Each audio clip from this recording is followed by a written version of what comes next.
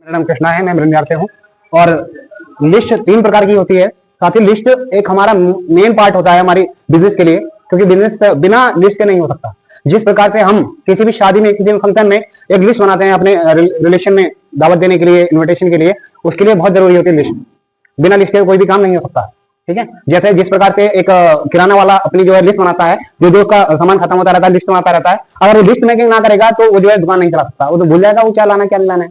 तो ऐसे हमारा ये कॉन्सेप्ट है, इसमें भी बहुत जरूरत होती है लिस्ट की। तो सबसे पहली लिस्ट आती है हमारी, जो होती है हॉट लिस्ट। ठीक है, हॉट लिस्ट। ये हॉट लिस्ट में जो आते हैं वो लोग आते हैं हमारे रिलेशन, जितने भी रिलेशन वाले होते हैं जो हमारे हॉट लिस्ट में आते हैं, चाचा है, मामा है, जितने भी लोग रिलेशन में आते हैं, जो ब्लड रिलेशन होता है उसको हॉट लिस्ट में लिया जाता है। उसके बाद आती है हमारी वार्म लिस्ट। ये लिस्ट आती है हमारी।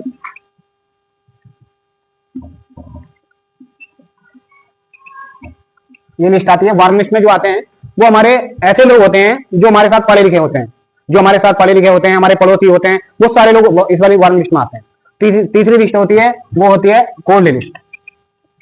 कोल्ड लिस्ट में जो आते हैं वो आते हैं वो लोग वो आते हैं जो मतलब कम पहचान होती है, जैसे हम रास्ते में कहीं मिल जाते हैं या थर्ड पर्सन होते हैं वो, यानी कि हमारे रिलेशन से भी दूर होते हैं और हमारी घनिष्ठ पहचान से भी दूर होते हैं, वो लोग हमारे इसमें कोल्ड लिस्ट में आते हैं। तो इन तीनों लिस्टों को हमें मैचिंग करना होता है और तीनों लिस्टों से ही हम जो बिजनेस करते हैं। सबसे पहली लिस्ट आती है हॉट लिस्ट। हॉट लिस्ट में जितने भी लोग होते हैं हमारे रिलेशन वाले, पहले उनका नाम लिखा जाता है। जब हम कोई शादी करते हैं, कोई फंक्शन करते हैं, तो क्या होता है, हम जो है उनका नाम सबसे पहले लिखते हैं, क्योंकि हमारे रिलेशन होते हैं। सबसे पहले उनका नाम लिखा जाता है। मेरी बहन है, मेरी भांजी है, मेरी मामा है, मेरे चाचा है, जो भी है, सब लोगों का पहले लिस्ट में नाम लिखा जाता है। ठीक है, तो उनको इन्विटेशन सबसे पहले देते हैं जो हमारे घनिष्ठ होते हैं।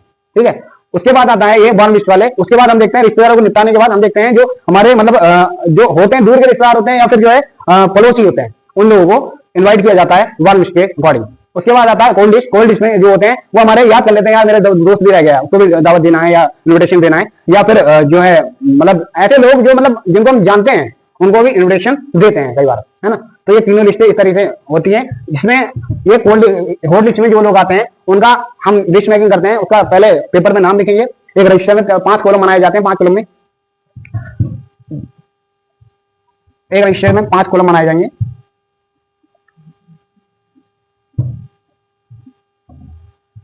यहां पर उसका आता है नाम। ठीक है, यहां पर नाम आता है, फिर उसका मोबाइल नंबर आता है, उसका एड्रेस आता है,